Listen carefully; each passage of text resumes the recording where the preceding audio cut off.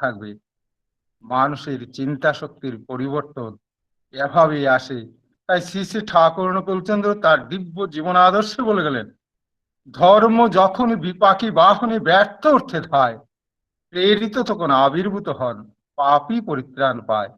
এ পৃথিবী থেকে পাপকে দূরীভূত করে, পাপীকে রক্ষা করে, এ নরকের মধ্যেও স্বর্গরাজ্যে প্রতিষ্ঠা করার সূত্র ধরেই 1295 বাংলার এক সোনাঝরা দিবালোকে, বাংলার হিমায়তপুরে মাতা মনমোহিনীর কুলে পিতা শিবচন্দ্র চক্রবর্তীর ঔরসে সকাল 7টা 5 মিনিটে পূর্ণ তাল নৌমিতি দিতে এ ধরাধামে নেমে এসেছিলেন শিশু অনুকূল। মা জননী তার মাথায় হাত রেখে আশীর্বাদ করেছিলেন এই বলে, অকুলে পড়িলে দিনহীন জনে, নয়ও শির কহিও কথা, কুল দিতে তারে সেধ প্রাণপণে, লক্ষ্য করিও নাসিও তার ব্যথা। এই ছিল শ্রী শ্রী ঠাকুরের দিব্য জীবনাদর্শে। এটাই তার সাধনা। তার প্রতিটা শ্বাস, প্রতিটা মুহূর্ত তিনি ব্যয় করে গেছেন এই সমাজের প্রতিটা মানুষকে রক্ষা করার লক্ষ্যে। আর সেই রক্ষা করার হাতিয়ার হিসাবে তিনি রেখে গেছেন এবার আচার্য পরম্পরা। কুষ্টিয়ায় শ্রী শ্রী ঠাকুরের যৌবন যখন মধ্য গগনে, কুষ্টিয়ার গুরুভ্রাতারা শ্রী শ্রী ঠাকুরের কাছে প্রার্থনা করেছিলেন, আপনার জন্ম দিবস আমরা পালন করতে চাই, আপনাকে আমরা বিশ্বগুরুর আসনে প্রতিষ্ঠা করতে চাই বলে আবেদন করেছিলেন। ঠাকুর সেদিন বারবার মানা করেছিলেন। তারপর তারা উপায়ান্তর না দেখে তার মা জননীর কাছে প্রার্থনা জানিয়েছিলেন। মা জননী সেদিন অনুরোধে সাড়া দিয়ে যখন সায় দিলেন, তখন কুষ্টিয়ার গুরুভ্রাতারা বিশাল উৎসবের আয়োজন করেছিলেন। ঠাকুর সেই উৎসবে শ্রীদেহে উপস্থিত হয়েছিলেন। সে বলছিলেন, আমাকে যদি আপনারা বিশ্বগুরুর আসনে না বসান তাহলেই ভালো হয়। পরম পিতা আমাকে পাঠিয়েছেন একজন সুইপার অর্থাৎ মেথরের দায়িত্ব দিয়ে। পৃথিবীর কোথাও জায়গা যখন দুর্গন্ধে প্রতিগন্ধময় হয়ে ওঠে, মানুষের বাঁচা যখন রুদ্ধ হয়ে ওঠে, তখন সেখানে ডাক পড়ে সেই মেথর সম্প্রদায়ের। তাদের আসে নিজ হাতে ময়লা পরিষ্কার করে দিয়ে ওই জায়গায় শান্তি, স্বস্তি, আনন্দের বাতাবরণ পরিরচনা করে। পরম পিতাও আমাকে পাঠিয়েছেন এই দায়িত্ব দিয়েও। কেউ যদি আমাকে তার হৃদয় মন্দিরে বসার জায়গা দেয়, তাহলে আমি তার জীবনের যত প্রবৃত্তি পরায়ণতা আছে, যত দুঃখ জ্বালা যন্ত্রণা যা কিছু আছে, সব কিছু আমি নিজ হাতে মুছে দিয়ে তার অন্তরে শান্তি, স্বস্তি প্রতিষ্ঠা করে, মনের পশুত্বের বলি সাধন দিয়ে, মনের দেবত্বের উদ্ভুবন ঘটিয়ে তাকে একটা দেব মানুষের রূপান্তরিত করে দিয়ে নরকের মধ্যে স্বর্গরাজ্য প্রতিষ্ঠা করে দিতে পারি। আর শ্রী শ্রী ঠাকুর সেদিন বললেন, ওই হৃদয় মন্দিরে বসার একটি পথ, সেটা হচ্ছে তার সৌতি দীক্ষা। তাই শ্রী শ্রী ঠাকুর বললেন, সৎ দীক্ষা তুই এক্ষুনি নে, ইষ্টেতে রাখ সম্প্রীতি, মরণ তারণ এনাম জপে, কাটেই অকাল জম ভীতি। আর দীক্ষার সঙ্গে সঙ্গে তিনি ঋত্বিক দেবতাদের মধ্য দিয়ে যুক্ত করে দিলেন তার অমোঘ বিধান, যজন যাজন ইষ্টভৃতি। এগুলি পরিপালনের মধ্য দিয়ে মানুষ এক একটি দেব মানুষ হয়ে উঠতে পারে। শ্রী শ্রী ঠাকুর রেখে গেছেন এবার আচার্য পরম্পরা। গত 29 তারিখ আচার্যদেব শ্রী শ্রী দাদা দয়া পরবশ হয়ে সর্বভারতীয় 321তম ঋত্বিক কনফারেন্স করিয়েছেন অনলাইনে। তার দয়ায়, পরম পিতার দয়ায় সেদিন সৌভাগ্য হয়েছিল সেই অনলাইন কনফারেন্সেও যুক্ত হওয়ার। সেখানে আচার্যদেব শ্রী শ্রী দাদা ইচ্ছা প্রকাশ করেছেন আরো 3.5 কোটি দীক্ষার। আর ওই ঠাকুর যে বলেন, সমাজের প্রতিটা মানুষের অন্তরে যদি তিনি যদি বসতে পারেন, তার অমুক বিধান যদি কেউ পালন করে, তাহলে মনের পশুত্বের বলি সাধন ঘটে, দেবত্বের ভাবের উন্নয়ন ঘটে। তাহলে আমাদের দায় দায়িত্ব, এ পৃথিবীর চারিদিক যখন বিকৃতবাদ বিধ্বস্ত কুহেলি তমসাচ্ছন্ন হয়ে উঠেছে, সেই বিকৃতবাদ বিধ্বস্ত কুহেলি তমসাচ্ছন্ন পরিবেশ থেকে সমাজকে রক্ষা করার আমার অন্তত পক্ষে একটাই ধারণা, আজ শ্রী শ্রী ঠাকুরকে যদি আমরা প্রতিটি মানুষের হৃদয় মন্দিরে পৌঁছে দিতে পারি, প্রতিষ্ঠা করে দিতে পারি আমাদের যাজন প্রক্রিয়ার মধ্য দিয়ে এবং যাজনের ফসল সৌতে দীক্ষার মধ্য দিয়ে, তাহলে প্রতিটা মানুষের জীবন হয়ে উঠবে সুন্দর, পৃথিবী হয়ে উঠবে আবার সুন্দরময়। তাই আচার্যদেব শ্রী শ্রী দাদা যে ইচ্ছা প্রকাশ করেছেন, আসুন আমরা আর দেরি না করে প্রত্যেকে এই মুহূর্ত থেকে ব্যক্তিগত যজন এবং ব্যক্তিগত যাজনের মধ্য দিয়ে আমরা আমাদের ঈপ্সিত লক্ষ্যে পৌঁছে যাই এবং প্রত্যেকটা মানুষের অন্তঃকরণে পৌঁছে দেই শ্রী শ্রী ঠাকুরের নাম। আমি আর একটু বলে আমার ইষ্ট প্রসঙ্গ শেষ করব। 1989 সালে কর্মসূত্রে ফটিকরায় আমি আসি এবং তখন থেকেই ফটিকরায় সৎসঙ্গ বিহারের কর্মযজ্ঞ চলছিল। এসে সে কর্মযজ্ঞের সঙ্গে যুক্ত হবার সুযোগ এসেছিল। যাকে এইভাবে গুটি গুটি পায়ে এগিয়ে যেতে লাগলো। চলে এলো 1993 সাল। 1993 সালে আচার্যদেব শ্রী শ্রী দাদা আমাদের সুসেন্দাকে দুহাত তুলে আশীর্বাদ করেছিলেন, এই ফটিকরায়ে একটা শীতকালে বিশাল উৎসব হোক। সবাই আমরা জানি সেই উৎসবের পরিধি, সবাই অনেকেই আমরা অ্যাটেন্ড করেছি। আমার তখন যে বয়স, মন ছিল দায়িত্ব নেবার মতো মন মানসিকতা তৈরি হয়নি। উৎসব উপভোগেই ছিল আনন্দের ঢের। যদিও অনেক দায়িত্ব পেয়েছিলাম, কিন্তু সমস্ত অনেক দায়িত্বই সম্পূর্ণতার সঙ্গে পরিপালন করতে পারেনি, ব্যর্থতাই ছিল বেশি। তবুও সেই দিনের উৎসবের একটি ঘটনা বলি। উৎসবের দিন চলে এসেছে, প্রচুর মানুষ মানুষ মানুষ চারিদিকে, আর সাদা শ্বেত শুভ্র বসনে যেন শ্বেত শুভ্র বসনের ঢেউ উঠেছে। এই অবস্থায় দাঁড়িয়ে আমি উৎসবের ছোট্ট একটা নেগেটিভ দিক বলবো। সেই নেগেটিভ দিক থেকে আচার্যদেব শ্রী শ্রী দাদা কিভাবে আমাদের হাত ধরে উত্তরণ করেছেন, তাই আমি বলে আমার প্রসঙ্গটা শেষ করব। সেদিন সেই উৎসবে ত্রিপুরা এবং বহির্রাজ্যের ভক্তপ্রভুর ব্যক্তিত্বদের সমাবেশ ঘটেছে। সেই সমাবেশে ইষ্ট প্রসঙ্গ বা ধর্মসভার সময় চলে এসেছে। ধর্মসভা নিয়ে আমাদের নিজেদের মধ্যে কিছুটা বিরুদ্ধ পরিস্থিতি তৈরি হয়েছিল। যাকে সেই অবস্থায় দাঁড়িয়েও সেখানে সেই আমাদের ইষ্ট প্রসঙ্গ বা ধর্মসভা সম্পাদিত হয়। সবাই মন্ত্রমুগ্ধ হয়ে শুনেছিলেন, আনন্দ পেয়েছিলেন। কিন্তু সেই যে দ্বন্দ্বের জের অনেক দূর পর্যন্ত গড়িয়েছিল, সুসেনদা আমাকে বলছিলেন তখন, অনু কি করা, উৎসব সমাপ্ত কিন্তু দ্বন্দ্ব তো আর শেষ হচ্ছে না। 2-1 দিন বাদে বললেন, অনুপ আমি দেওঘর চলে যাচ্ছি, আমাদের তো কর্ণধার আছেন, শ্রী শ্রী দাদার কাছে আমি সমস্ত উৎসবের রিপোর্ট দিয়ে দেব, আমি নিবেদন করব, তুমি যাবে?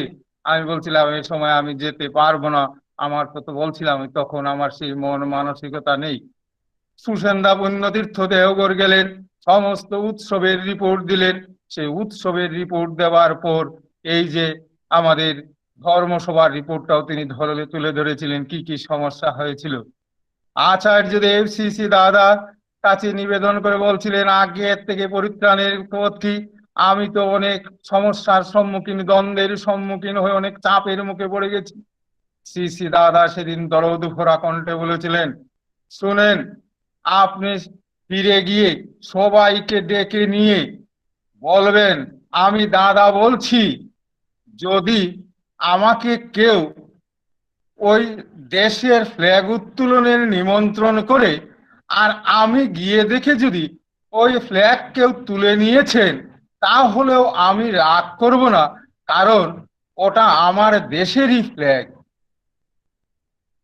সুসেনদা এসে যখন এই কথা বললেন তখন ততটা অনুধাবন করতে পারিনি, কিন্তু মাথার মধ্যে সেটিং হয়ে গিয়েছিল আচার্য নির্দেশ যে আমরা কি নিয়ে কম্পিটিশন করি, কাকে নিয়ে কম্পিটিশন করি, দ্বন্দ্ব করি। আচার্য দেব শ্রী শ্রী দাদা কি চাইছেন আমাদের যে সেই ইষ্ট প্রসঙ্গই হোক আর ঠাকুরের কাজই হোক, আমার জায়গায় যদি দাঁড়িয়ে কেউ সেই কাজ করে নেয় তাতেও আমি আনন্দিত, কারণ সে ঠাকুরের কাজ সম্পাদিত হয়েছে। আচার্য দেব শ্রী শ্রী দাদার সেই বলাটা আমি তখন থেকে চেষ্টা চালিয়ে যাচ্ছি, যাতে আমার জীবনে অন্তত ওকে মুক্ত করতে পারি। আমার জীবনে যদি এমন কোনো দ্বন্দ্ব আসে, আমার এমন সমস্যা আসে, আমি যেন দাদাকে স্মরণ করি, সেই জায়গা থেকে উত্তরণের পথে এগিয়ে যেতে পারি। আমি আমার ইষ্ট প্রসঙ্গ আর দীর্ঘায়িত করব না। আসুন আমরা সকলে মিলে আচার্য নির্দেশিত পথে পরম দয়ালকে মাথায় নিয়ে আমরা আনন্দমুখর জীবনের অধিকারী হয়ে উঠি। আমরা সমাজের প্রতিটা মানুষের দ্বারে দ্বারে পৌঁছে দিই যার বার্তা। সবাইকে আনন্দিত জয়গুরু জানিয়ে আমি আমার ইষ্ট প্রসঙ্গ শেষ করছি। জয়গুরু। জয়গুরু। অসংখ্য ধন্যবাদ অনুপধর দাকে। অনুপধর দা আমাদের ফটিকরাই কেন্দ্রের যে ইষ্ট কাজ, ওই কাজগুলা তুলে ধরলেন। আমি অনুপধর দার দীর্ঘ জীবন কামনা করি। উনি যাতে আরো থেকে আরোতর হয়ে ঠাকুরের কাজ করতে পারেন, এই প্রার্থনা ঠাকুরের কাছে করি। জয়গুরু। ঠাকুর পুণ্যপুঁথিতে বলেছেন, অর্থে আবার শান্তি কোথায়, কামিনীতে আবার শান্তি কোথায়। মানুষ শান্তি চায়, সুখ সুখ করে পাগল হয়, সে আতুর ঘরে কাঁদে, কাঁদতে এসে বলে আমি সুখ চাই। কিন্তু পরমাত্মা সবটার কাছে আছে একটু সুখের। ওই দেখ, কীর্তনের ঋষিরা আবার এসেছে, ঝাঁপ দিয়ে পড়, থাক তোর কামিনী কাঞ্চন, সংকীর্তনে মেতে পড়, সব হবে। ওই আতুর ঘরের কান্না গুছে যাবে। সুন্দরী স্ত্রী জগতে আবার সুন্দর কিরে? আজ যাকে সুন্দরী দেখেছিস, আজ যাকে সুন্দর বলে আদরে বুকে তুলে নিতে যাচ্ছিস, কাল দেখবি ও সুখ ক্ষণিক। ওই স্নেহাচার্যের উপদেশটা পড়ে দেখ, ও সুখ অনিত্য, ও সুখ সুখ নয়, কেবল ধাঁধা মাত্র। আসুন, ঠাকুর বলেছেন কীর্তনের ঋষিরা আবার এসেছে, ঝাঁপ দিয়ে পড়। এবার আমাদের কীর্তন করে শোনাবেন ফটিকরাই থেকে সুজয় পাল দাদা, উপযোজনা কেন্দ্র নং 3 থেকে। আমি সুজয় পাল দাদাকে অনুরোধ করছি একটা কীর্তন পরিবেশন করার জন্য।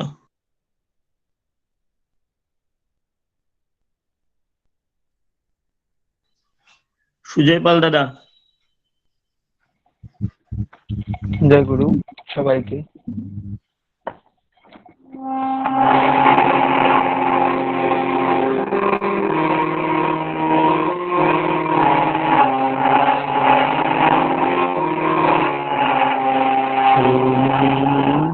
নির্মল কর মঙ্গল করে মলিন মিশায়। তুমি নির্মল কর মঙ্গল করে মলিন মিশায়। তব পূর্ণ কিরণ দিয়ে যাক মোহ কালিমা গুছায়। মলিন মিশায়।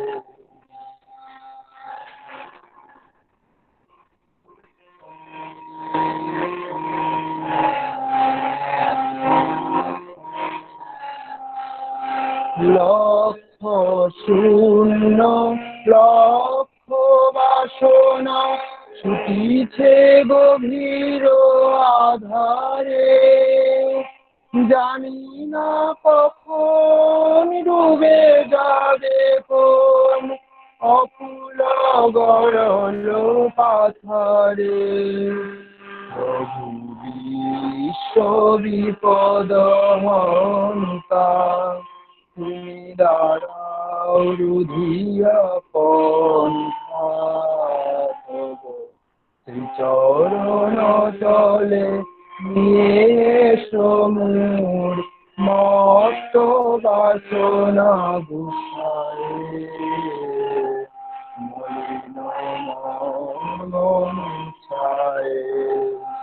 তুমি নির্মল কর মঙ্গল মঙ্গল করে মলিন মন মুছায় তব পুণ্য কিরণ দিয়ে যাক মোহ কালিমা গুছায় মলিন মন মুছায়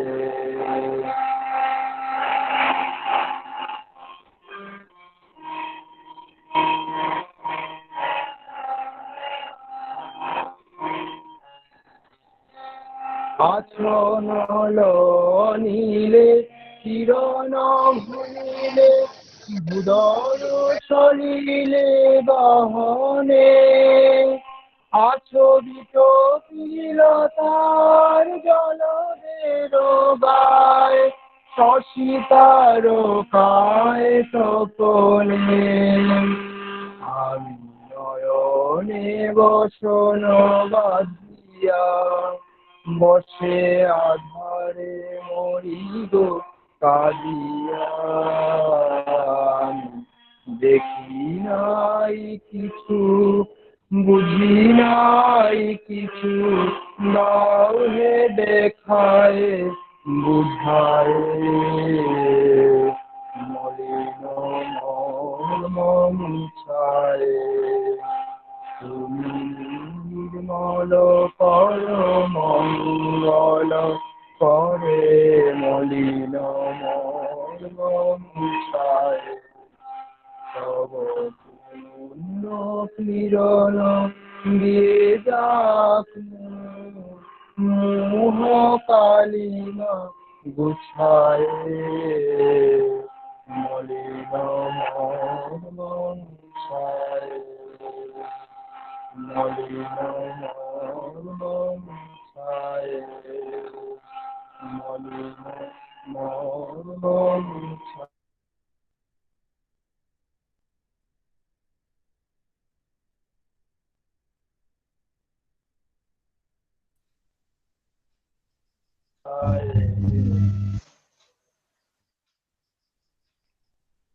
অসংখ্য ধন্যবাদ সুজয় পাল দাকে, খুব সুন্দর কীর্তন করলেন। পরম পিতার রাতুল চরণে প্রার্থনা করি আপনি যাতে আরো আমাদের আরো কীর্তন শোনাতে পারেন, আরো হয়ে উঠেন। জয় গুরু। শ্রী শ্রী ঠাকুর বলেছেন কীর্তনে দেখতে হয় ইষ্টমূর্তি, ভাবতে হয় ইষ্টমূর্তি, আর মনের গতি যদি ঊর্ধ্ব দিকে রাখা যায় তবে কুণ্ডলিনী আপনি জাগ্রত হয়ে উঠে। অমনি করতে করতে ভাবস্থ হওয়া যায়। যদি তাণ্ডব নৃত্যে কীর্তন করা যায় তবে তুই যদি উঠে গেলি তবে যা হয় হোক, মাখন দুধে থাকলে বা কি আর জলে থাকলেই বা কি।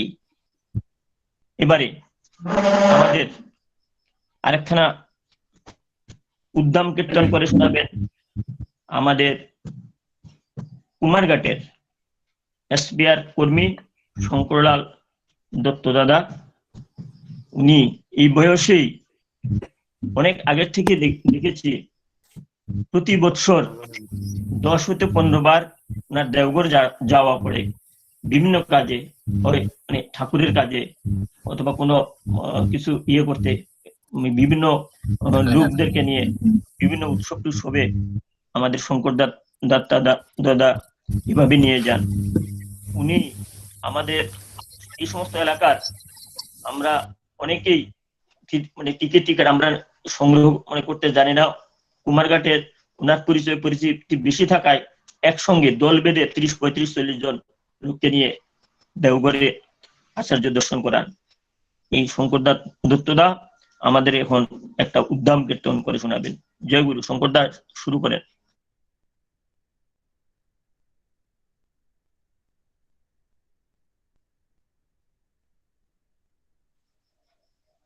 শঙ্কর দা শোনা যাচ্ছে না? গুরু শোনা যাচ্ছে, এখন শোনা যাচ্ছে।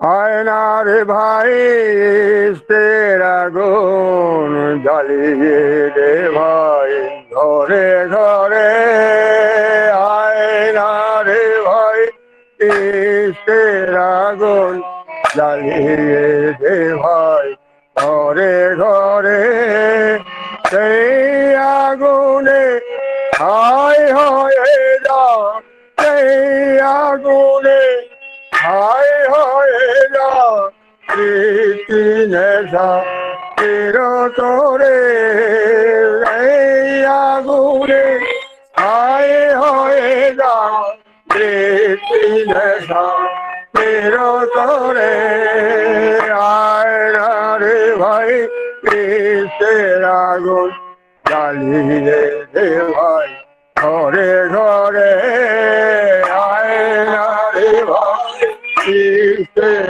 আগুন জ্বালিয়ে দে ভাই ঘরে ঘরে ওরে পাঠান দেখনা ফিরে দয়াল ঠাকুর এলেন ঘরে ওরে পাঠান দেখনা ফিরে দয়াল ঠাকুর এলেন ঘরে ওরে পাঠান দেখনা ফিরে দয়াল ঠাকুর এলেন ঘরে ওরে পাঠান দেখনা ফিরে দয়াল ঠাকুর এলেন ঘরে দিন দুনিয়ার মালিক তিনি দিন দুনিয়ার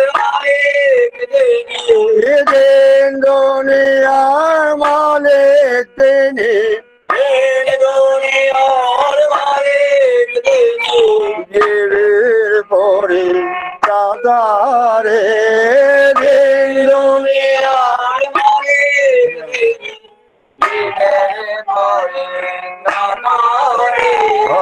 জীবের বরে দাদারে জীবের বরে দিন দুনিয়ার মালিক তিনি দিন দুনিয়ার দিন দুনিয়ার মালিক তিনি জীবের বরে দাদারে দিন দুনিয়ার আমার জীবের পরে দাদারে জীবের জীবের পরে দাদারে আয়না রে ভাই কৃষ্ণের আগুন জ্বালিয়ে দে ভাই ঘরে ঘরে আয়না রে ভাই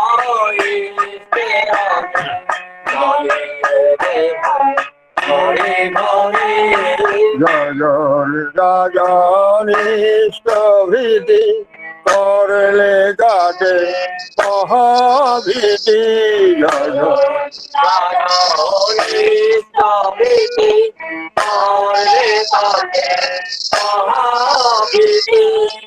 গগন গগনিষ্ঠ ভীতি করলে কাটে মহাভীতি গগন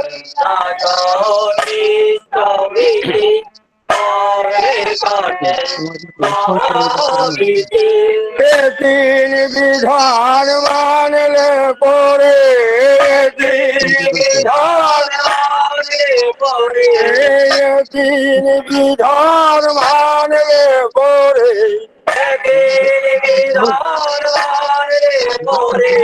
কবি দয়াল পার করে তিন বিধান মানলে পরে তবে তবে দয়াল পার করে তবে দয়াল পার করে আয়না রে ভাই কৃষ্ণের আগুন জ্বালিয়ে দে ভাই ঘরে ঘরে আয়না রে ভাই आए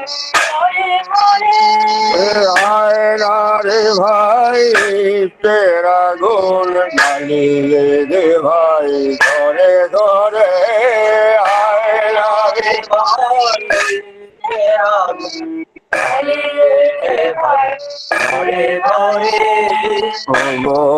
আমার প্রাণ প্রিয়তম অধমেরি এই নিবেদন গো আমার প্রাণ প্রিয়তম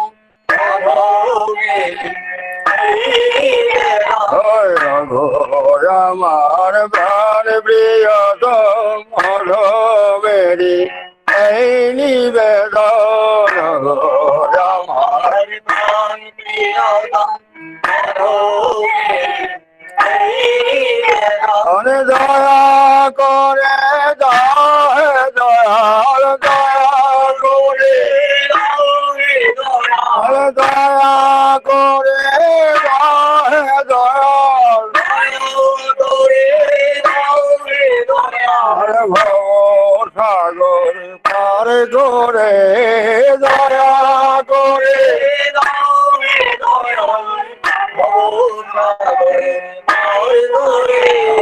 ভব সাগরে পার করে ভব সাগর পার করে দয়া করে দয়াল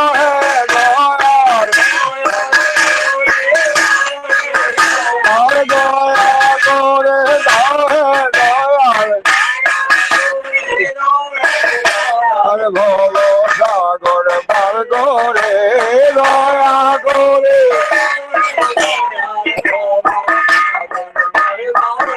আর ভব সাগর পার করে আর ভব সাগর পার করে দয়া করে দয়া দয়া করে আর দয়া করে দয়াল আর দয়া করে দয়াল আর ভব সাগর পার করে দয়া করে আর ভব সাগর পার করে আয় না রে ভাই ইষ্টের আগুন জ্বালিয়ে রে ভাই ঘরে ঘরে আয় না রে ভাই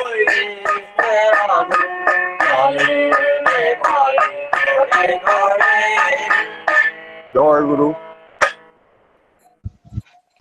জয় গুরু। অসংখ্য ধন্যবাদ আমাদের শঙ্কর দত্ত দাদাকে। আপনি আমাদের সুন্দর কীর্তন পরিবেশন করে শোনালেন। ঠাকুরের চরণে প্রার্থনা করি আপনি আরো কীর্তন শোনাবেন আর ঠাকুরের কাজ করবেন। এবারে আপনারা সবাই জানেন দেশ বিভাগের পূর্বেই ঠাকুর হিমায়তপুর ত্যাগ করে আমাদের ভারতবর্ষে এসেছিলেন। ঠাকুরের অসুস্থতার কারণ দেখিয়ে তখন এসেছিলেন। অ্যাকচুয়ালি ঠাকুর অসুস্থ ছিলেন না, দেশ বিভাগ রোধ করার জন্য তখনকার দিনে সমস্ত রাজনৈতিক নেতাদের অনুরোধ করা সত্ত্বেও দেশ বিভাগ ঠেকাতে পারেন নাই। তাই ঠাকুরের দেওঘরে আগমন। তখন দেশ নানা সমস্যায় জর্জরিত। বাংলায় উপযুক্ত জায়গা না পেয়ে শ্রী শ্রী ঠাকুর বিহার ভূমিতে অবস্থান করেছেন। দুশ্চিন্তা এবং উচ্চচাপ জনিত অসুস্থতায় ঠাকুরের শরীর কাতর, তবুও মানুষের জন্য তার দরদের সীমা নেই। অন্তর্মথিত ব্যাকুলতা নিয়ে তিনি সবাইকে বললেন, নির্বাসিত আমি কত দূরে বসে আছি এই ক্লিষ্ট দেহ নিয়ে, জ্যোতিষ্মান এই তোমাদিগকে দেখতে। কয়েকদিন আগে আচার্যদেব দাদাও একটা সৎসঙ্গে তাই প্রকাশ করেছিলেন যে উনিও লোক ছাড়া থাকতে পারেন না, লোক ছাড়া থাকতে পারে না বলেই এই এখন যে ভারতবর্ষের এই যে পরিস্থিতি, এই পরিস্থিতি অচিরেই কেটে যাবে। আচার্য দাদা আশীর্বাদ করেছেন, আমরা এর পূর্ণ ফল পাবো। এবারে আজকের সৎসঙ্গের আমাদের শিলং থেকে ইষ্টপ্রাণ দাদা, প্রিয়জিৎ দে দাদা আমাদের প্রসঙ্গ করে শোনাবেন। প্রিয়জিৎ দে দাদা খুবই ভক্ত লোক, পূজ্যপাদ অবিন দাদার খুব সঙ্গ করেন। অবিন দাদা সম্পর্কেই আমরা কিভাবে চলবো এই নির্দেশগুলি দিবেন জয়গুরু। প্রিয়জিৎ দাদাকে অনুরোধ করছি মূল্যবান আলোচনা পরিবেশন করার জন্য।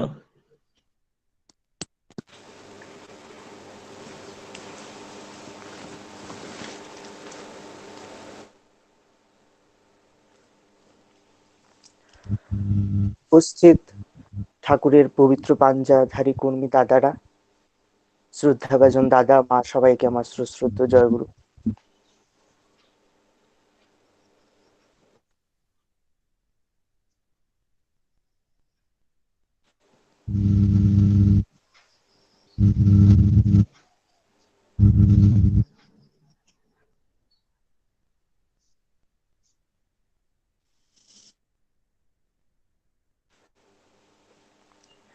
আজকের এই প্রভাতী সৎসঙ্গে এত সুন্দর একটা পরিবেশ সৃষ্টি হয়েছিল, আমি প্রথম থেকেই যুক্ত থাকতে পেরেছিলাম এবং সেই পরিবেশে আমরা প্রত্যেকেই যেন নিজেদের এনলাইটেন করতে পেরেছি, নিজেকে চার্জড করতে পেরেছি। এইটাই আমার একটা অনুভূতি হলো। আচার্যদেবের প্রসঙ্গ হচ্ছিল, আগে দাদা যিনি ইষ্ট প্রসঙ্গ করলেন, আজ তার ডাকেই এই দ্বিতীয়বার আমি ত্রিপুরার এই সৎসঙ্গটা তো একটা উৎসব, এই উৎসবে যোগদান করতে পেরেছি। এই আচার্যদেবের একটা কথা মনে আছে, আমি লাস্ট টাইম যখন দেওঘরে ছিলাম, দাদা ঠিক আসার 2-3 দিন আগে, হ্যালো দাদা, মিউট হয়ে আছে মনে হয়। আচার্যদেব বসে আছেন নাটমণ্ডপে, আমি ঠিক তার কাছে বসে আছি। হঠাৎ আচার্যদেব শ্রী দাদা আমার দিকে অনেক সময় তাকিয়ে আছেন। দাদা মিউট হয়ে আছে। তাকিয়ে থাকার পর ঠিক আছে চলছে। আমাকে কি শোনা যাচ্ছে না? হ্যাঁ শুনতে পাওয়া যাচ্ছে, বলো বাবা। হ্যাঁ, সব জায়গায় শোনা যাচ্ছে। না, অনেকগুলি হচ্ছে, তাই শোনা যাচ্ছে। যাই হোক, আচার্যদেবের সামনে বসে আছি। আচার্যদেব অনেক সময় আমার দাদা মিউট দিকে হয়ে তাকিয়ে আছে। আছেন। তারপর উনি সোজা দেখে বলছেন, আমাদের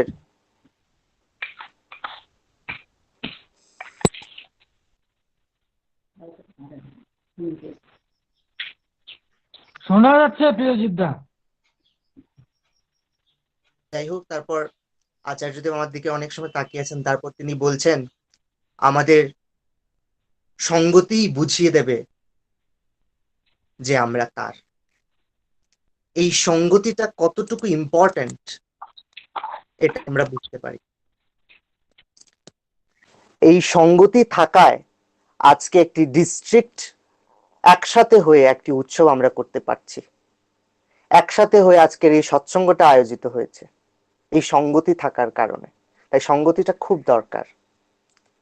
পূজ্যপাদ অবিন দাদা একটা গান লিখেছিলেন, তিনি বলেছিলেন, জীবননাথে সরিয়ে রেখে খুঁজে বেড়াস প্রাণের খনি, তুই কেমন ব্রহ্মজ্ঞান। এই জীবননাথ যিনি, তিনি জগন্নাথ। আবার এই জীবননাথই হচ্ছেন আমাদের আচার্য। যদি আচার্যে আমরা কেন্দ্রায়িত হই, তাহলে আমরা খুব কম সময়ে ঠাকুরের কাছে নিজেকে নিবেদন করতে পারি, ঠাকুরের কাছে নিজেকে উৎসর্গ করতে পারি। আর আমাদের সেই আত্মাহুতি আমাদেরকে ইষ্ট পথে আরো অনুরঞ্জিত করে রাখে। যখন পুরুষোত্তম আসেন, যখন অবতাররা আসেন তাদেরকে ঠাকুর প্রেরিত করেন, ঠাকুর হচ্ছেন অবতারী, ঠিক সেই সময় তাদের ভক্তরাও, বিশিষ্ট ভক্তরাও অবতীর্ণ হন এবং তারা তাদের ক্ষেত্র, তাদের অঞ্চলটা ঠিক করেন এবং সেই অঞ্চলেই তিনি দয়া করে লীলা করেন। ঠিক তেমনি আজ দুজনের কথা মনে পড়ছে। প্রথম বিদেশি ভক্ত যিনি ঠাকুরের শরণাপন্ন হয়েছিলেন তিনি হচ্ছেন এডমান্ড জোসেফ স্পেন্সার, যাকে আমরা স্পেন্সার দা বলে চিনি, যিনি তার জীবনের শেষ মুহূর্তটুকু তিনি ঠাকুরের কাছে কাটিয়েছেন। ঠাকুর চলে যাওয়ার অনেক পর তিনি গেছেন, কিন্তু তিনি দেওঘরেই তার দেহবসান হয় এবং অত্যন্ত ভক্ত ছিলেন। ঠাকুর তাকে কত রকম পরীক্ষা করেছেন, ঠাকুর তাকে খাটিয়ে দেখেছেন যে তিনি কি তার ঠাকুরের প্রকৃত রূপটাকে তিনি বোঝার, তিনি উপলব্ধি করিয়েছেন ঠাকুর তাকে নিজেই। তো স্পেন্সার দা, হাউজারম্যান দা, তারা সবাই, আরো অনেক বিদেশি ছিলেন। সেকেন্ড ওয়ার্ল্ড ওয়ারের পর তারা ভারতে আসেন, আহত যারা সোলজার্সরা ছিলেন তাদের সেবা, তাদেরকে ফিরিয়ে নিয়ে যাওয়া। তো একদিন ডায়মন্ড হারবারের পাশ দিয়ে স্পেন্সার দা, এডমান্ড জোসেফ স্পেন্সার দা যাচ্ছেন, দেখলেন সবাই কীর্তন করছে এবং একজনের ছবি হাতে নিয়ে তারা জোরে জোরে কীর্তন করে নেচে নেচে যাচ্ছে। তো যেহেতু আমরা যখন বিদেশে যাই, কিছু দেখলে আমাদের ভেতরে একটা আকুতি আসে জানার যে এটা কি হচ্ছে। তিনি গিয়ে যখন তাদের কাছে জানতে চাইলেন যে তোমরা কি করছো, এটা কার ছবি, ইংরেজিতে জিজ্ঞেস করলেন। তারাও ভাঙা ইংরেজিতে তাকে বললেন যে ইনি আমাদের ভগবান, গড, ইনি জিসাস, আমরা তার উই আর ওয়ার্শিপিং, এইভাবে বোঝানো হলো। তো বললেন তিনি কোথায়? বলে তিনি পাবনায় আছেন। তো স্পেন্সারদার ভেতরে একটা আকর্ষণ জাগলো, একটা ভাব জাগলো যে আমার তার দর্শন করতেই হবে।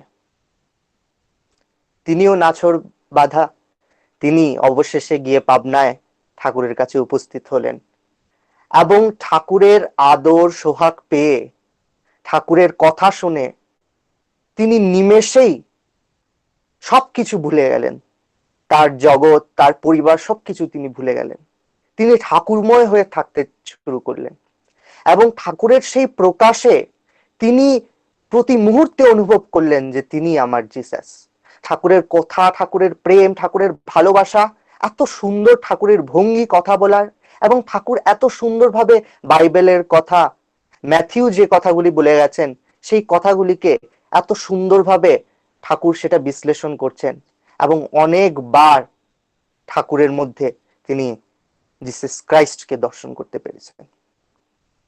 তারপর তিনি ঠাকুরের কাছে নিবেদন করলেন যে ঠাকুর, আমি দীক্ষা নেব। তারপর স্পেন্সারদার দীক্ষা হয় এবং দীক্ষার পর তিনি যখন কলকাতা আসেন এবং তারপর আমরা সবাই যাকে চিনি, যিনি ocean in a T cup লিখেছিলেন, শ্রদ্ধেয় রে হাউজারম্যান দাকে তিনি বলেন যে চলো তুমি পাবনায়,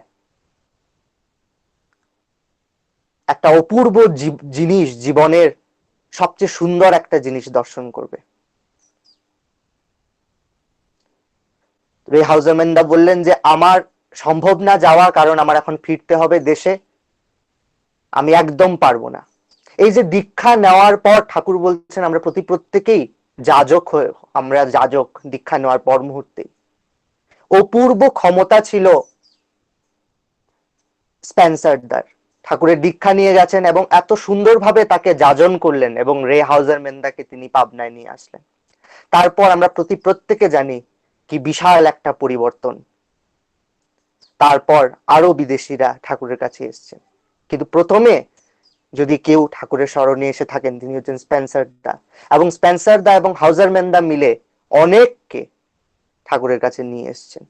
এইভাবেই এই ভক্তরা, ঠাকুর জানতেন তারা আছেন, সব পুনর্নির্ধারিত, ঠাকুর দয়া করে তাদেরকে এই পৃথিবীতে পাঠিয়েছেন এবং তারা ইষ্ট কাজ সুন্দরভাবে সুস্থ ভাবে সেটা পালন করেছেন এবং ঠাকুরের ইচ্ছাটাকে জীবনে মূর্ত করে তোলার চেষ্টা করেছেন। 25 ডিসেম্বর ক্রিসমাসের সময় বিশেষ একটা উৎসব হতো। তো স্পেন্সার দা এবং রে হাউজারম্যান দা দুজনই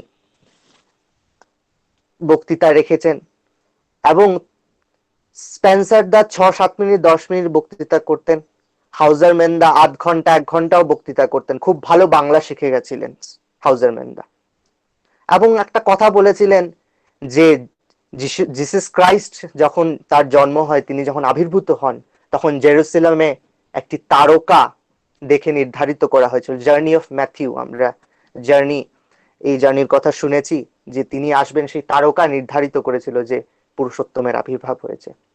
তখন ঠাকুর পরে বলেছিলেন যে সেই তারকা জেরুসালেমে নেই, সেটা উদয় হয়েছে এবার ভারতবর্ষে। তো ঠাকুর ছোট ছোট জিনিসে অনেক সময় ধরা দিয়ে দিতেন, সম্ভব না কিন্তু তিনি দিয়ে দিতেন। একদিন চেকোস্লোভাকিয়া থেকে এক মা হাউজারম্যান দা নিয়ে এসেছেন ঠাকুরের কাছে, এক বিদেশি। তো সেই মা যখন আসলেন, আসার পর ঠাকুর তখন একটি বাণী প্রদান করছিলেন যে ভক্তি এনে দেয় শক্তি, সেই বাণীটা। তখন যেহেতু তিনি বিদেশে, তিনি বুঝবেন না, ঠাকুর কেষ্টদাকে, রে হাউজারম্যান দাকে বললেন এটার অনুবাদটা করে দাও যেন মা বুঝতে পারে। তারা চেষ্টা করছেন, রে হাউজারম্যান দাও বলছেন ডিভোশন ব্রিংস স্ট্রেংথ, এইসব বলছেন। তো ঠাকুরের মনোপুত হচ্ছে না কথাগুলি। ঠাকুর নিজেই দয়া করে বললেন যে এডিয়ারেন্স ইভোকস এনার্জি। তার মানে আনটটারিং এডিয়ারেন্স, ইষ্টের প্রতি যদি আমাদের টান, সেই নিষ্ঠা যদি আমাদের চিরন্তর থাকে, তাহলেই আমাদের জীবন সুন্দর সুস্থ হয়ে উঠতে পারে। তার আগে কীর্তনটা খুব সুন্দর কীর্তন, এই বয়সে দাদা এত সুন্দর কীর্তন করেছেন। এই যে নাম, সেই নামের ধারা বহন করে চলেছেন আচার্য শ্রী দাদা, পূজ্যপাদ বাবাই দাদা, পূজ্যপাদ অবিন্দ দাদা। আর সেই ধারায় আমরা নিজেকে যেন সব সময় ডুবিয়ে রাখতে পারি, সেটাই যেন আমাদের প্রচেষ্টা হয়। সত্যানুসরণ মানে আমরা ভাবতাম যে সত্যকে অনুসরণ করা, এই ধরনের আমাদের চিন্তা ছিল। কিন্তু আচার্য আজকে যদি না থাকতেন, তাহলে আমাদের মত, আমরা অনেকেই অনেক মত করতাম, সেই মত অনুযায়ী আমরা চলতাম। আজ পূজ্যপাদ বাবাই দাদা তিনি দয়া করে বললেন যে সত্যানুসরণ মানে সত্য স্বরূপের অনুসরণ করা। আজকে সত্য স্বরূপ যদি আমাদের কাছে লিভিং এক্সাম্পল থেকে থাকেন, তিনি হচ্ছেন আচার্যদেব শ্রী শ্রী দাদা, পূজ্যপাদ শ্রী শ্রী বাবাই দাদা, পূজ্যপাদ শ্রী শ্রী অবিন্দ দাদা। তাদেরকে যদি আমরা অনুসরণ করি, তাহলেই কিন্তু ঈশ্বর প্রাপ্তি হতে পারে। কারণ জিসাস ক্রাইস্ট বলেছিলেন, none can come to the Father but through me. যদি পিতার কাছে যেতেই হয়, তাহলে আমি সেই মাধ্যম, আমার মাধ্যমে যেতে হবে। এবং স্পেন্সার দার কথা এখন হচ্ছিল, স্পেন্সার দা এমন ব্যক্তি, তার যাজন ক্ষমতা এমন ছিল, অনেক দীক্ষা তিনি তার জীবনে দিয়েছেন এবং অনেক লোককে যাজন করেছেন। আমরা সবাই জানি ঠাকুরের অনুলেখক এখন একজনই সশরীরে আছেন, তিনি হচ্ছেন মণিলাল চক্রবর্তী দা। মণিলাল দা যখন ছাত্র, তখন একদিন কলকাতা কলেজ স্ট্রিটে স্পেন্সার দার সাথে দেখা হয়েছিল রাত্রিরে। আর স্পেন্সার দা দেখলেন যে তিনি দাঁড়িয়ে আছেন, তিনি হয়তো পথটা ভুলে গেছেন। স্পেন্সার দা দাঁড়িয়ে আছেন, স্পেন্সার দা মণিলাল দাকে বলছিলেন যে, উনি জিজ্ঞেস করেছেন জীবনের উদ্দেশ্যটা কি। এই কথা হতে হতে স্পেন্সার দা বলেছিলেন যে আপনার যদি জানতে হয়, তাহলে দেওঘরে ঠাকুর আছেন, আপনি ঠাকুরের কাছে যান, তিনি হচ্ছেন আমার জিসাস, তিনি ইষ্ট, তিনি ভগবান, তার কাছে যান, আপনি আপনার জীবনের সব সমস্যার সমাধান পেয়ে যাবেন। এমন ছিল তার যাজন ক্ষমতা। আচার্যদেব বলছেন না, এইবার কনফারেন্সে বলছিলেন যে আমরা প্রত্যেকে যেন যাজন করি। চেষ্টা করতে হবে, চেষ্টা যদি আমরা না করি, তাহলে আমাদের ঠাকুরকে ধরে আমাদের জীবন ইষ্টময় হলো না, জীবনটাকে সুন্দর করতে পারলাম না। তাকে ভালোবাসবো, তাকে কিভাবে ভালোবাসবো? আচার্যদেব একদিন বলছিলেন যে ঠাকুরকে ভালোবাসা মানে ঠাকুরের কথা মেনে চলা, ঠাকুরকে খুশি করা। আচার্যদেব ক্লিয়ারলি বললেন ঠাকুরের কোনো পুজো টুজো নেই, ঠাকুরের পুজো হয় যজনে যাজনে ইষ্টবৃত্তিতে। এইভাবেই আমরা ঠাকুরকে পুজো করি। এবং সেই নামের আগুনে যে আমরা ঝাঁপ দেব, সেই নাম করতে করতে করতে আমরা অতি ভাগ্যবান, ঠাকুর এইবার আমাদের গুরু হয়েছেন, যিনি যুগে যুগে দূতদের প্রেরণ করেছেন। কারণ হচ্ছে যারা সনাতন ধর্ম আমরা যারা বিশ্বাসী, আমরা প্রত্যেকে জানতাম ঠাকুর আসার আগে আমাদের একটা ভ্রান্তি ছিল যে সত্যলোকই হচ্ছে সর্বশ্রেষ্ঠ লোক থেকে শ্রীকৃষ্ণ এসছেন, শ্রীকৃষ্ণ সত্যলোকের অধিকারী, যে লোক থেকে তিনি এসছেন সেই লোকের তিনি স্রষ্টা। কিন্তু কবির সন্ত, কবির সিট, স্বামীজি মহারাজ, হজুর মহারাজ, দেবের পাঠক অচ্যুতাশ জি, তার সবাই আমাদেরকে হাত দিয়ে দেখিয়ে দিলেন যে সত্যলোকই শ্রেষ্ঠ লোক না, সত্যলোকের উপর আরো ধাম আছে। এবং এই 18 স্তর, 18তম ধাম দয়াল দেশ, যেখান থেকে ঠাকুর এইবার এসছেন, এটাই হচ্ছে সর্বশ্রেষ্ঠ লোক। 17 পর 17, 15 হচ্ছে গিয়ে লোক, 16 হচ্ছে আলাখ লোক, 17 হচ্ছে অনামি লোক, এবং 18 স্তর হচ্ছে দয়াল ধাম। সেই ধাম থেকে দয়াল এবার এসছেন। এক বিশিষ্ট কর্মী, তার নাম নিচ্ছে না, তিনি একবার আচার্যদেব প্রণাম করলেন। অভিন্দা পুজো, অভিন্দাদা খুব ছোট, দাদার সাথে বসেছিলেন, তখন প্রণাম করে তিনি বসে পড়লেন। তখন আচার্যদেব শ্রী শ্রী দাদা তাকে বললেন, ওকে প্রণাম করলি না, অভিনকে প্রণাম করলি না, ওকে সাধারণ ভাববি না, দয়ালধাম থেকে আসা লোক। এই কথাটা তিনি অভিন্দার কথা বললেন। তো আমরা অজ্ঞানতায় আমরা আচার্যকে চিনতে পারি, আমরা ভাবি তিনি তো একটা ছেলে, একজন বাচ্চা। আমার চোখের সামনে এত এমন এমন ঘটনা ঘটেছে যে তার প্রকৃত স্বরূপ কি অনেক সময় সেটা আমরা বুঝতেও পেরেছি, তার প্রকৃত স্বরূপ কি। তিনি হয়তো ছোট বাচ্চা, কিন্তু সেটা নয়, তিনি যে লেভেলে কথা বলতে পারেন সেই লেভেলে আমরা চিন্তাও করতে পারি না। অনেক পিএইচডি হোল্ডার্সরা যদি তার কাছে যায়, তারাও সেই লেভেলে চিন্তা করতে পারে না তিনি যে লেভেলে কথা বলতে পারে। আর তার জন্মদিনের আগে একটা ঘটনা মনে আছে, গাছের ঘরে বসে আছি, হঠাৎ তিনি শিলং এবং খ্রিস্টানিটি এবং জিসাস খ্রাইস্টের কথা বলতে বলতে দু হাত ছড়িয়ে বলছেন, এবার জিসাস এসে গেছেন, কেউ চিনতে পারছে না কি করবে। তার শরীর থেকে দিব্য জ্যোতি, যে জ্যোতিটা ভাবে প্রকাশ করা যেতে পারে না, এত দিব্য জ্যোতি তার শরীর থেকে। এবং মনে হচ্ছে তিনি নিজের কথাই বলছেন যে এবার আমি এসে গেছি, কেউ চিনতে পারছে না তো কি করবে। কারণ বাইবেল ওয়ার্ল্ডে, খ্রিস্টানিটি ওয়ার্ল্ডে অভিন্দাদার জন্মের সাথে রিকামিং অফ ক্রাইস্ট, যিশু খ্রিস্টের আগমনের একটা কানেকশন পাওয়া যায়। সেই প্রসঙ্গ, বিস্তার প্রসঙ্গ, সেই প্রসঙ্গে যাওয়া একটা ব্যাপার। আচার্যদেব শ্রী দাদা শিলংয়ে অবস্থান করছেন, আমি তখন খুবই ছোট। এক মা, তিনি বেডরিডেড ছিলেন, খুব শরীর শয্যাশায়ী, প্রায় 1 বছর।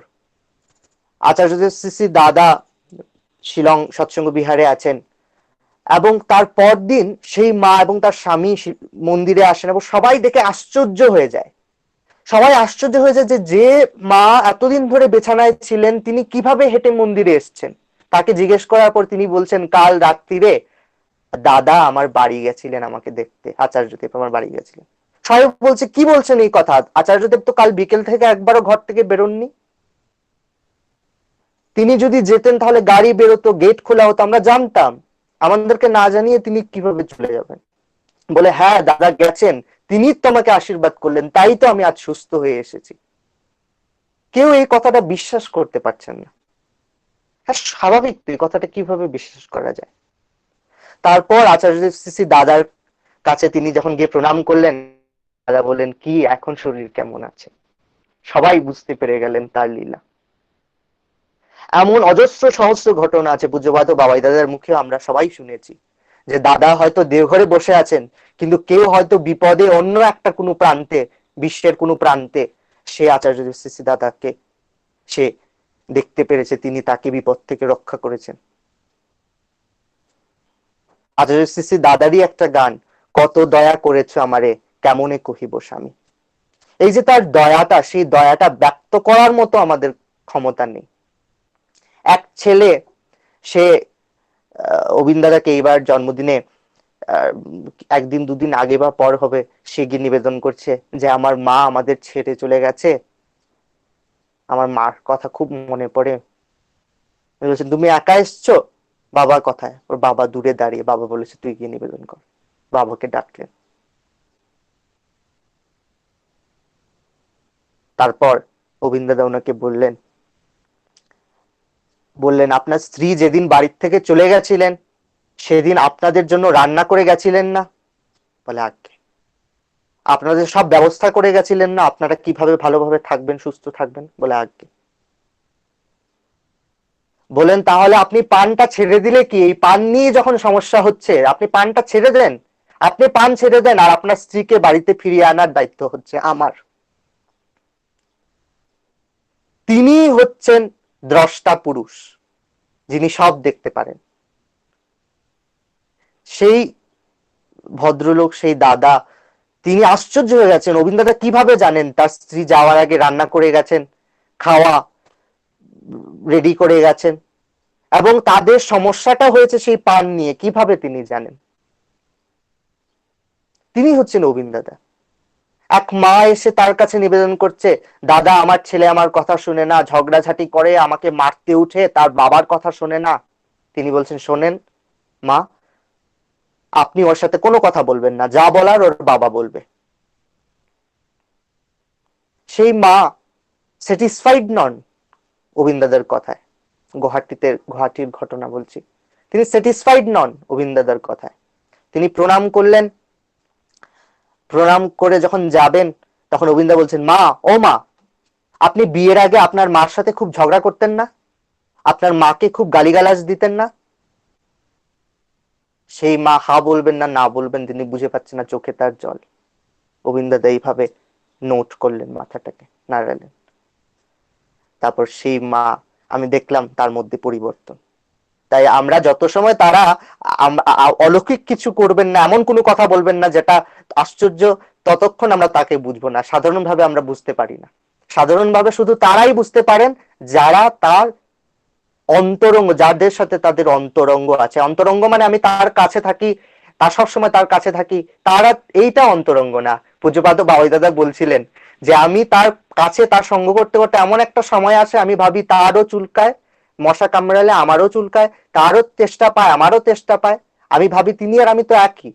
কিন্তু বাবাই দাদা বলছেন প্রকৃত ভক্ত সে যে দূরে আছে, সে তার আচার্যকে, আচার্য দাদার প্রসঙ্গে বলছিলেন যে তার আচার্যকে সে ইষ্ট মনে করে এবং তাকে নিয়ে চলার চেষ্টা করে। পূজ্যপাদ বাবাই দাদা অনেক আগে একটা কথা বলেছিলেন, অনেক অনেক বছর আগের কথা।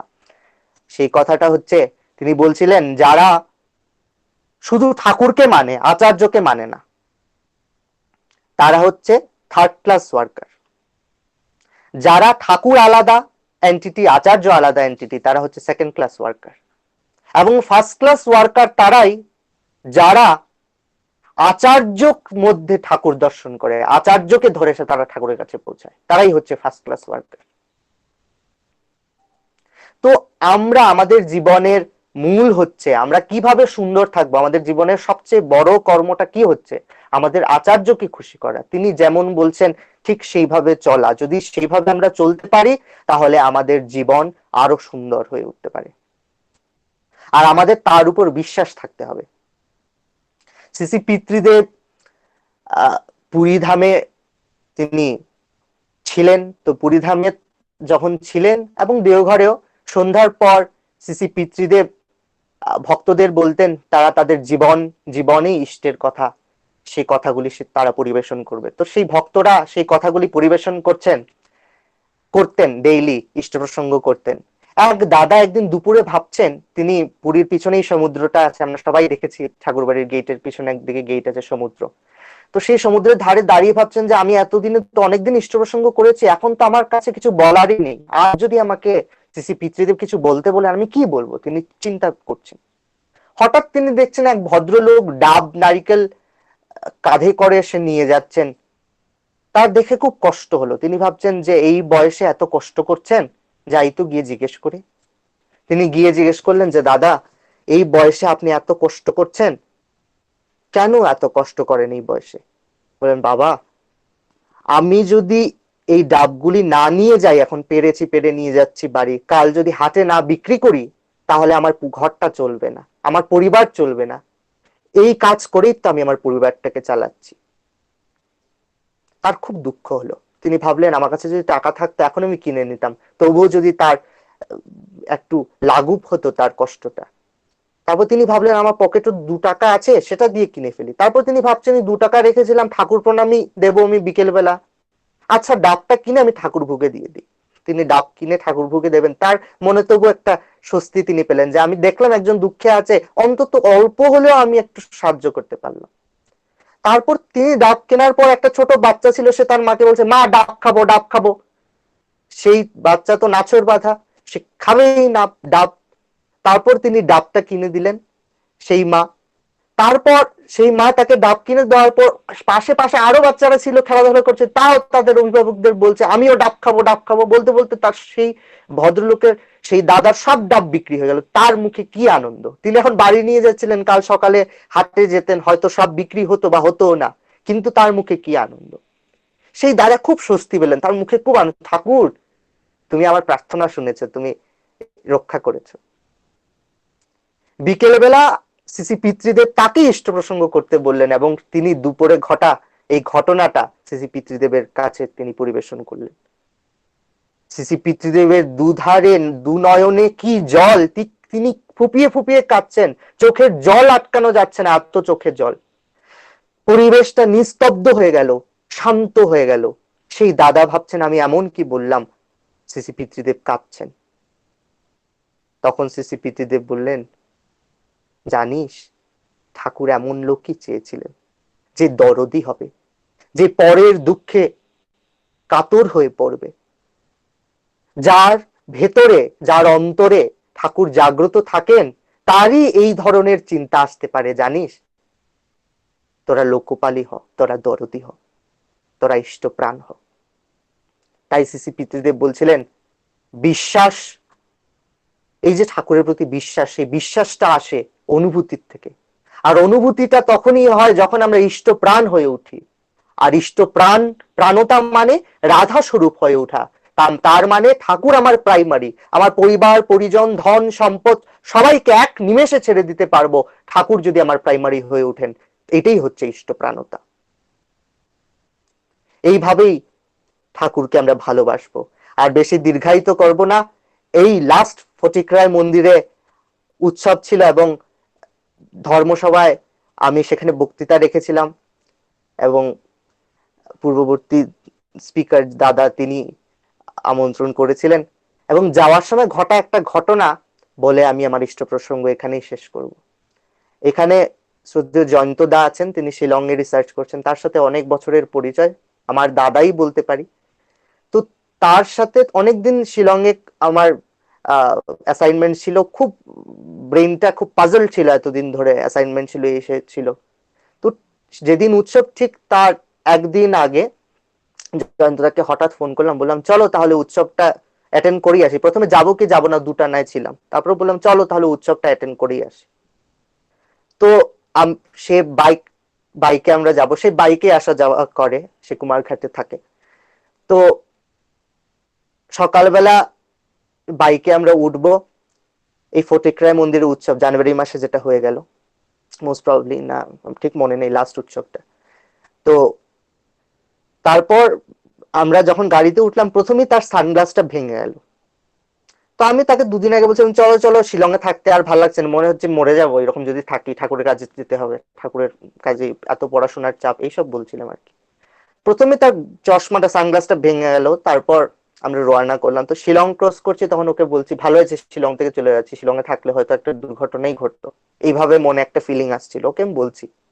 তো হেসে ফুর্তি করে আমরা চলে যাচ্ছি, রাস্তায় অনেক জায়গায় হোল্ড করলাম। তো পূজনীয় মা আমাকে অনেক আগে বলেছিলেন যে শিলচর মানে শিলং পাহাড় যখন আমি শিলচরের রাস্তা দিয়ে ঢুকবো তখন প্রথম একটা মন্দির আছে, শ্রী পিতৃদেব সেখানে বসেছিলেন, এখন আজকে মন্দির হয়েছে, বলেছেন আমি কোনোদিন সেখানে গেলে সেই মন্দির যেন দর্শন করি। তো জয়ন্তদা বললে এটা সেই মন্দির।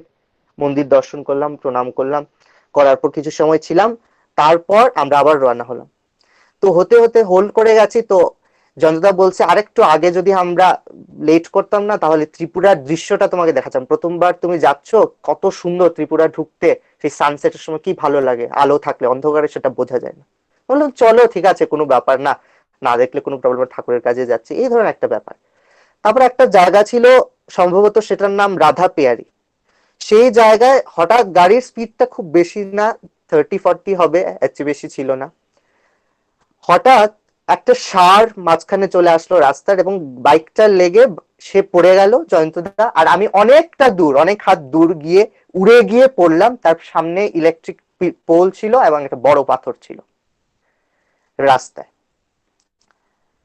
পরে আশেপাশে যার লোকরা ছিল তারা বলছে মরে গেছে মরে গেছে মরে গেছে বলে একটা কলরব লেগে গেছে, সবাই বলছে মরে গেছে। এই ধরনের অ্যাক্সিডেন্ট হলে সচরাচর লোক মরেই যায়। আমি উইদিন ফ্র্যাকশন অফ সেকেন্ডস, 1 মিনিটও হবে না, 30 সেকেন্ডস এর মধ্যে উঠে দাঁড়িয়েছি। দাঁড়িয়ে ওদেরকে বলছি, এই জয়ন্তদা তুমি ঠিক আছো? আমি উঠেই ওর খবর নিচ্ছি, ও সুস্থ আছে কিনা। সবাই আশ্চর্য, বলছে এই তুমি এখানে, বলো ভাই তুমি এখানে এসে বসো, তুমি খবর নিচ্ছ, তুমি ভালো আছো কিনা, এইভাবে বলো। এইভাবে একটা সৃষ্টি হলো। তো তারপর তারা বলছে এটা কিভাবে সম্ভব, এত বড় অ্যাক্সিডেন্ট, কিছুই হয়নি, হাতে একটু লেগেছে, কোমরে একটু লেগেছিল, বাস, এত বড় কিছু হয়নি। তা আমি জয়ন্তদার খোঁজ নিচ্ছি অসুস্থ আছে কিনা।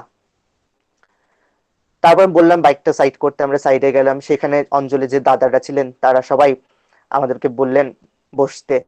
যাই হোক, তারপর আমাকে আমরা, তারপর ওরা গাড়ি একটা ব্যবস্থা করে দিলেন, সেই বাইকটা সেখানে রেখে আমরা চলে গেলাম। তারপরের দিন উৎসব আমি অ্যাটেন্ড করেছি, রাত্রে গিয়ে পৌঁছালাম সেই গাড়ি দিয়ে, বেশিক্ষণ ছিল না।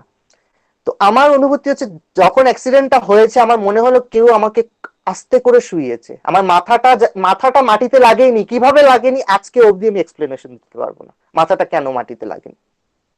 এবং এত বড় অ্যাক্সিডেন্ট, সবাই বলেছে মরে আছে, সবাই বলেছে সেই ষাঁড়টাকে অনেকবার ভাগানোর চেষ্টা করা হয়েছে, সেই ষাঁড়টা বারবার বলছে রোজ এরকম আসে না, বারবার সেখানে 5-6 বার হয়ে গেছে সে বারবার আসছে। এটা ঘটার পুরো নির্ধারিত, এই ঘটনাটা ঘটবে। আমরা সবাই এখানে হয়তো ভাবছি যে না খুব ঠাকুরের দয়া, ঠাকুর যে বলেছেন যজন যাজন ইষ্টভীতি করলে কাটে মহাভীতি, তাই সেই মৃত্যুটা ঠাকুর কাটিয়ে দিয়েছেন। কিন্তু আমার আরেকটা উপলব্ধি হলো, উপলব্ধিটা হচ্ছে এই যে সেদিন কিন্তু আমি ঠাকুরকে কষ্ট দিয়েছি। আমি যদি এইভাবে বাইকে যেতাম না, এত বড় জার্নি, পুজোবাদু বাবাই দাদা অনেক আগে বলেছেন এত বড় জার্নি কোনো সময় বাইকে করতে না। 2 ঘন্টা 3 ঘন্টা ওকে না, ঠিক আছে, এত বড় জার্নি করতে সবার জন্য না, অনেককে তিনি আশীর্বাদও করেন, অনেকে যায়ও, সেটা ব্যাপার না। সেটা তিনি বলেছেন বাবাই দাদার লাইফে এইভাবে অ্যাক্সিডেন্ট হয়েছিল, তো তারপর তিনি বলছিলেন রক্তারক্তি, বাবাই দাদা বলছিলেন তখন তো ইয়াং ছিলাম, এইভাবে একটা জোশ ছিল, তখন এইভাবে করে নিয়েছি। কিন্তু পরে বুঝতে পারলাম যে ঠাকুরের খুব কষ্ট হয়। তা আমি ঠাকুরের কাছে ক্ষমা চাইলাম, ঠাকুরকে বললাম যে ঠাকুর আর ভুল কখনো হবে না। এইভাবে যদি আমরা নিজের ভুলটাকে সংশোধন করার চেষ্টা করি তাহলে আমার মনে হয় ইষ্ট প্রত্যে আমাদের চলাটা সফল হবে। আমি অনেক সময় নিয়ে নিচ্ছি, ক্ষমা চেয়ে নিচ্ছি, ভুল ত্রুটি মার্জনা করবেন ছোট ভাই ভেবে। আপনাদের প্রতি প্রত্যেকের মঙ্গল কামনা পরম দয়ালের রাতুল চরণে জানাই। সুস্থ থাকেন, ইষ্টময় জীবন আমাদের সবার হোক। আচার্যদেবের সুস্থ দীর্ঘায়ু কামনা যেন আমরা করি, তিনি অনেকদিন অসুস্থ ছিলেন। এই কথা বলে আমার বক্তব্য এখানেই শেষ করছি। জয় গুরু বন্দে পুরুষোত্তম। অপূর্ব আলোচনা শুনলাম প্রিয়জিৎদা, আমরা প্লুত হয়ে গেলাম আপনার এই আলোচনায়। আমরা ঠাকুরের কাছে প্রার্থনা করব আপনার যেন এই আলোচনা আরো শুনতে পাই। আমরা ঠাকুরের কাছে প্রার্থনা করব আপনি যেন আরো থেকে আরোতর হয়ে আমাদের এই আলোচনা আরো শোনান। আমরা পরবর্তী সময়ে যোগাযোগ করব। জয় গুরু দাদা। আমাদের সৎসঙ্গ তার শেষের পথে। এবার আগামীকাল গোমতী জেলায় আমাদের যে সৎসঙ্গ হবে, এই সৎসঙ্গের ঘোষণা দেওয়ার জন্য গোমতী থেকে কাউকে বলার জন্য অনুরোধ করছি।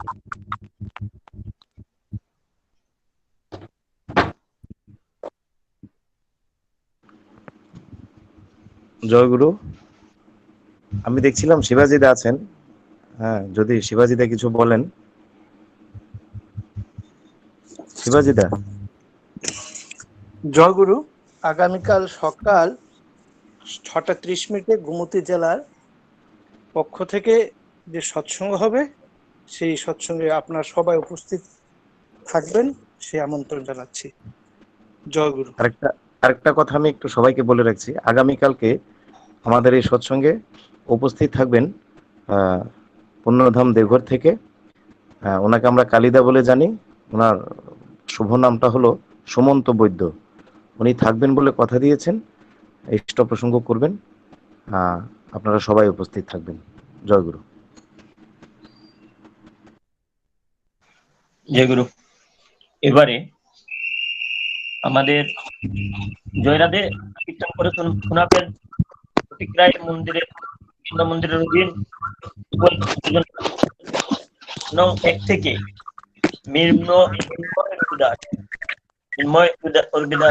অনুরোধ করছি জয়রাধে পরিবেশন করার জন্য। জয় গুরু। জয় গুরু।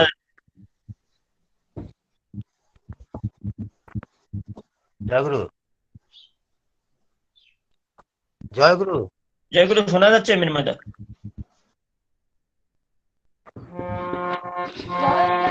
রাধে কৃষ্ণ কৃষ্ণ গোবিন্দ গোবিন্দ হরে রাধে রাধে কৃষ্ণ কৃষ্ণ গোবিন্দ গোবিন্দ হরে রাধে গোবিন্দ গোবিন্দ গোবিন্দ গোবিন্দ গোবিন্দ বলে সদা ঠাকুরে জয় রাধে রাধে কৃষ্ণ কৃষ্ণ গোবিন্দ গোবিন্দ হরে বদলে হরি হরি হরে রাম রাম রাম দিবে মায়া ধর্ম রাধে রাধে কৃষ্ণ কৃষ্ণ গোবিন্দ গোবিন্দ হরে সারে মনের আশা অতপালামে করো রে সারাতে গোবিন্দ নামে বলে রে বলো রে সোনা আসুনি জয় রাধে রাধে কৃষ্ণ কৃষ্ণ গোবিন্দ গোবিন্দ হরে গোবিন্দ গোবিন্দ গোবিন্দ গোবিন্দ গোবিন্দ বলে শোনাই ঠাকুরে জয় রাধে রাধে কৃষ্ণ কৃষ্ণ গোবিন্দ গোবিন্দ হরে ছাড়ো রে গোপন চাতুরে বদলে বলো হরি হরি হরি বল হরি বল হরি বল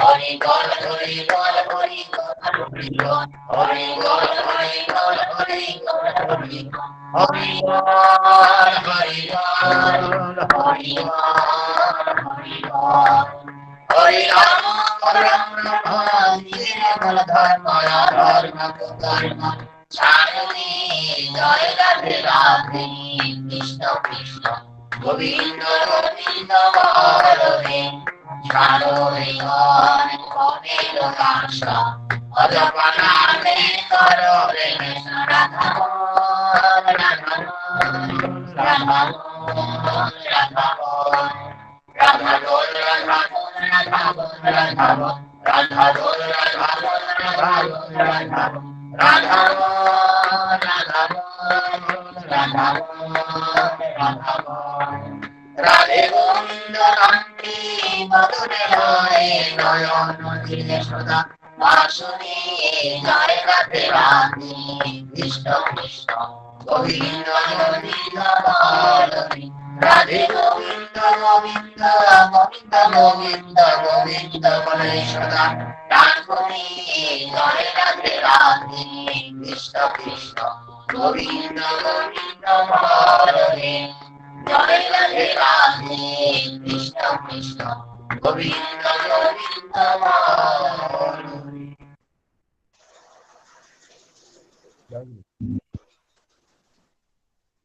জয় গুরু। এবারে এখন ধ্বনি দেবেন আমাদের কৈলাসহরীর এসপিআর কর্মী নিরুজ কান্তি দে দাদা। ধ্বনি দেওয়ার পর আমাদের আজকের পুরোহিত সৎসঙ্গ ঘোষণার পর সকলে জয়গুরু বিনিময় করবেন। ধ্বনি দেওয়ার পর এক ঠাকুর প্রণামের পর সৎসঙ্গের ঘোষণা দিবেন। জয়গুরু, জয়গুরু শোনা যাচ্ছে? জয়গুরু, আগে শোনা যাচ্ছে? হ্যাঁ, শোনা যাচ্ছে। পুরুষোত্তমম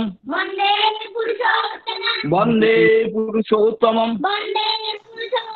বন্দে পুরুষোত্তমম। হ্যালো, परम प्रेममय श्री श्री ठाकुर अनुकूल चंद्र जी की, परम प्रेममय श्री श्री ठाकुर चंद्र जी की, परम प्रेममय श्री श्री ठाकुर चंद्र जी की, परम आराध्या जगत जननी श्री श्री परमा की, परम आराध्या जगत जननी श्री श्री परमा की, परम आराध्या जगत जननी श्री श्री परमा की, परम पूज्यवाद श्री श्री बरदा की, परम पूज्यवाद श्री श्री बरदा की, परम पूज्यवाद श्री श्री बरदा की, परम पूज्यवाद आचार्य देव श्री श्री दादा की, परम पूज्यवाद आचार्य देव श्री श्री दादा की, परम पूज्यवाद आचार्य देव श्री श्री दादा की, परम पूज्यवाद श्री श्री बाबाई दादा की, परम पूज्यवाद श्री श्री बाबाई दादा की, परम पूज्यवाद श्री श्री बाबाई दादा की, परम पूज्यवाद श्री श्री अविंद दादा की, परम पूज्यवाद श्री श्री अविंद दादा की, परम पूज्यवाद श्री श्री अविंद दादा की, सत्संग की, सत्संग की, सत्संग की। वंदे पुरुषोत्तमम वंदे आर्य पितृ वंदे मातृभगवान वंदे अहं कृष्टि दैवतं वंदे श्री श्री ठाकुर अनुकूल चंद्रम परम प्रेममय श्री श्री ठाकुर अनुकूल चंद्र जी की जय गुरु।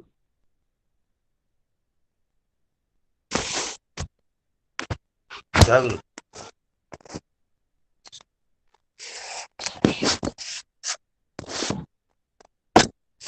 জয় গুরু।